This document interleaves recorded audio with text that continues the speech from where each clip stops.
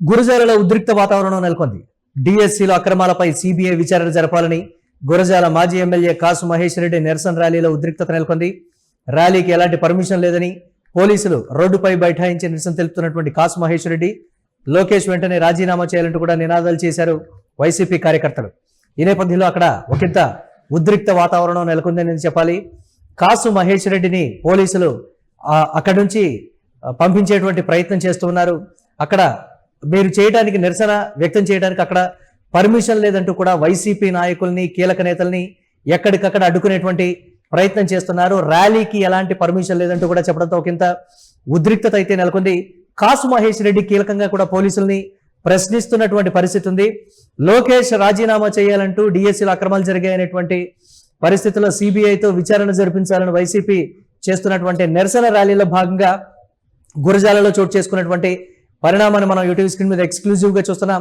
కాసు మహేష్ రెడ్డిని అక్కడి నుంచి పంపించేటువంటి ప్రయత్నం కావచ్చు, మీరు చేస్తున్నటువంటి నిరసన ర్యాలీకి ఎలాంటి పర్మిషన్ లేదని పోలీసులు ప్రతిపక్ష గొంతు నొక్కేటువంటి ప్రయత్నం చేస్తున్నారని వైసీపీ నేతలు కూడా ఆరోపిస్తూ ఉన్నారు. దీనిపై మరిన్ని అప్డేట్స్ మా కరెస్పాండెంట్ సత్య అందిస్తారు. సత్య, ఏంటి పరిస్థితి? పోలీసులు పర్మిషన్ లేదని చెప్తూ ఉన్నారు. రాష్ట్ర వ్యాప్తంగా వైసీపీ అయితే పిలుపునిచ్చినటువంటి పరిస్థితి, అనూహ్యమైన స్పందన ఈ ర్యాలీకి వచ్చిందనేటువంటి మాట కూడా చెప్తున్నారు. ఏంటి పరిస్థితి? దీనికి సంబంధించి వైసీపీ నేతలు ఏం చెప్తున్నారు? ఎస్ మురళి, గురిజాలలో అయితే మాత్రం ఉద్రిక్త వాతావరణం చోటు చేసుకుంది. అయితే రాష్ట్ర వ్యాప్తంగా కూడా ఈరోజు ఆర్టీఓకి ఒక ర్యాలీగా వెళ్లి వినతి పత్రం ఇవ్వాల్సిన కార్యక్రమం కూడా వైసీపీ తలపెట్టింది. దీనికి సంబంధించి కూడా గురిజాలలో మాచవరం గ్రామంలో కూడా ఇవాళ ఈ రోజు ఒక ర్యాలీగా వెళ్లి ఆర్టీఓకి వినతి పత్రం ఇచ్చే క్రమంలోనే ఒక్కసారిగా కూడా ఈ రోజు 30 యాక్ట్ అమల్లో ఉంది. ఎలాంటి ర్యాలీలు కానీ గుంపు కూడినా మాత్రం చట్టపరమైన చర్యలు తీసుకుంటామని కూడా అయితే గురిజాల పోలీసులు కూడా అయితే చెప్పడం జరిగింది. దీనికి సంబంధించి కూడా పోలీసులు ఒక వీడియో కూడా రిలీజ్ చేశారు. దీనికి సంబంధించి కూడా అంటే ఈ రోజు రాష్ట్ర వ్యాప్తంగా జరుగుతున్న నిరసన కాబట్టి మేము కంపల్సరిగా ఇక్కడికి వెళతాము అని కూడా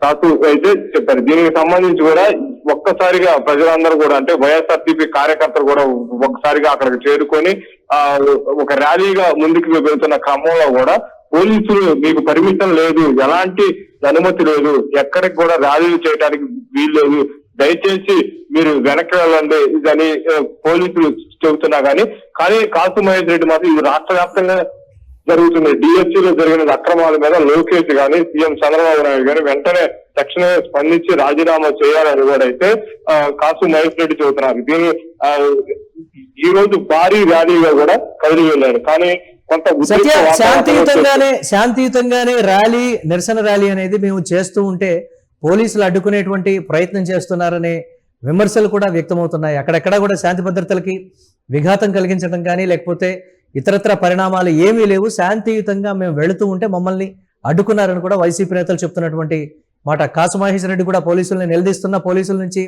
సమాధానం లేకుండా వారు అదేవిధంగా మళ్ళీ అక్కడి నుంచి పంపించేటువంటి ప్రయత్నం చేస్తున్నారనే విమర్శలు కదా. దీనికి సంబంధించి ఏం చెప్తున్నారు పోలీసు ఉన్నతాధికారులు? శాంతియుతంగా మేము ర్యాలీ నిర్వహిస్తున్నాము, ఎటువంటి ఆటంకాలు లేకుండా ప్రజలకు ఎక్కడా కూడా ఇబ్బంది లేకుండా మేము ముందుకు వెళ్తున్నాం, మీరు చూపించిన రూట్ లోనే మేము వెళ్తాము, మీకు ఎటువంటి ఇబ్బంది కలగదు అని కూడా అయితే కాసు మహేష్ రెడ్డి పోలీసులతో అయితే చెబుతున్నారు. కానీ పోలీసులు మాత్రం ఎలాంటి అనుమతి లేదు ర్యాలీలు కానీ చెబుతూనే ఉన్నారు. కానీ కాసు మహేష్ రెడ్డి మాత్రం ఎవరికి ఎలాంటి ఇబ్బంది జరగదు, మేము ప్రజల పక్షాన మేము పోరాడుతున్నాము, నిజమైన డిఎస్సీ అభ్యర్థుల కోసం మేము పోరాడుతున్నాము అని కూడా అయితే కాసు మహేష్ రెడ్డి పోలీసులతో అయితే మాట్లాడుతున్నారు. కానీ పోలీసులు మాత్రం ఎక్కడా కూడా కాసు మహేష్ రెడ్డి ముందుకు పంపించే క్రమంలో అయితే ఎక్కడా కూడా జరగట్లేదు. కానీ కాసు మహేష్ రెడ్డి ఒక్కసారిగా రోడ్డు మీద బైఠాయించి నినాదాలు మేము శాంతియుతంగా ర్యాలీ చేస్తుంటే పోలీసులు ఇలా అడ్డుకోవడం చాలా దారుణము, ఇలాంటి కార్యక్రమం ఎప్పుడు కూడా చేయలేదు, ఒక్క డిఎస్సీలోనే ఇలాంటి అక్రమాలకి పాల్పడ్డారు ఇదని కూడా అయితే కాసు మహేష్ రెడ్డి చెబుతారు. అంటే నిరుద్యోగ వృద్ధికి రావాల్సినవి కానీ అలాగే ప్రజలకు సంక్షేమ పథకాలు అనేకమైన దాంట్లో కూడా కూటమి ప్రభుత్వం విఫలమైంది, అలాంటి ఒక ర్యాలీలో మీరు ఇలా గట్టుకోవటం కూడా చాలా దారుణం అని కూడా అయితే కాసు మహేష్ రెడ్డి అయితే తెలుపుతున్నారు. Murali, right, thanks for update Satya. మొత్తం మీద వైసీపీ శాంతియుతంగా చేస్తున్నటువంటి నిరసన ర్యాలీని పోలీసులు అడ్డుకునేటువంటి ప్రయత్నం చేస్తున్నారని వైసీపీ నేతలు విమర్శలు అయితే వ్యక్తం చేస్తున్నారు. శాంతియుతంగా మేము చేస్తూ ఉంటే అక్కడ అసాంఘిక కార్యకలాపాలు కానీ లేకపోతే అసాంఘిక శక్తులు ఏమైనా ఉన్నాయా? మేము అందరూ కూడా పార్టీ నేతలు కార్యకర్తలే ఈ నిరసన ర్యాలీలో పాల్గొంటూ ఉంటే మమ్మల్ని అడ్డుకునేటువంటి ప్రయత్నం చేస్తున్నారని కూడా కాసు మహేష్ రెడ్డి చెప్తూ ఉన్నారు. ఇది అన్యాయం, అక్రమం అంటూ కూడా చెప్తున్నారు. ప్రజాస్వామ్యంలో నిరసన తెలిపేటువంటి హక్కును కూడా కూటమి ప్రభుత్వం హరిస్తోందని కూడా కాసు మహేష్ రెడ్డి చెప్తూ ఉన్నారు. కాసు మహేష్ రెడ్డి మాట్లాడారు, ఒకసారి చూడండి. పంటలు కొడుతున్నావా బానిసన్నా ఒకప్పుడు, ఇప్పుడు పొట్ట కుటి కోసం వాళ్ళ పొట్టలే కొట్టుకుంటున్నారేందా అని వాళ్ళే చెప్పుకుంటున్నారు.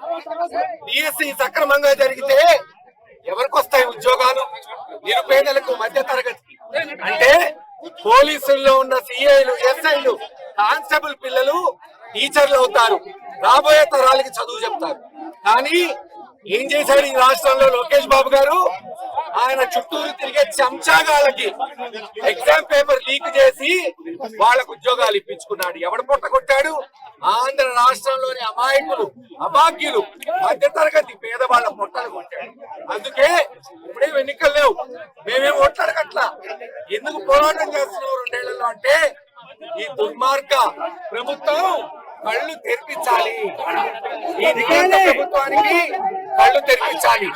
ప్రజా పాలన రావాలి. ఏదైతే జగన్మోహన్ రెడ్డి గారు 1,36,000 ఉద్యోగాలు ఒక్క రూపాయి లంచం లేకుండా, ఒక సిఫార్సు లెటర్ లేకుండా అన్ని కులాలకి, మతాలకి, పార్టీలకి అతీతంగా ఇచ్చాడో అటువంటి సంస్థలు రావాలి, వ్యవస్థలు రావాలని పోరాటం చేస్తున్నాం.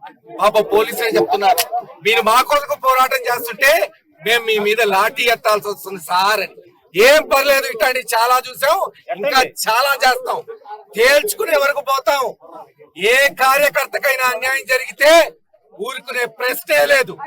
ఎవరినన్నా నిర్బంధిస్తే కోర్టుకు పోయేలా తేల్చుకుంటాడు.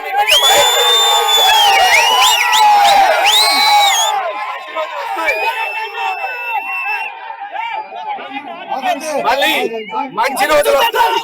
ఈరోజు చూస్తున్నాం, పంజాబ్ లో నలుగురిని చంపితే 15 ఏళ్ల తర్వాత యావజ్జీవ కారాగార శిక్ష పడింది పోలీసులు.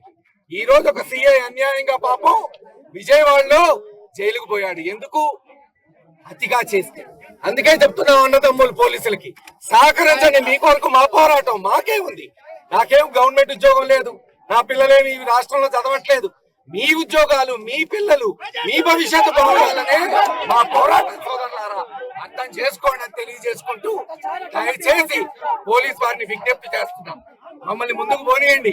మేము ముందుకు పోతే మీ జీవితాలు ముందుకు పోతాయి, పేదవాళ్ళు ముందుకు పోతారు, మీ బిడ్డలకి ఉద్యోగాలు వస్తాయని తెలియజేసుకుంటూ మరోసారి చెప్తున్నాం, కనీసం 20 లక్షల ఉద్యోగాలు ఇస్తానని చెప్పి ఇచ్చే వరకు 3,000 రూపాయలు నిరుద్యోగ భృతి ఇస్తానని చెప్పి ఇవ్వలేని ఈ ముఖ్యమంత్రి ఉంటే ఎంత?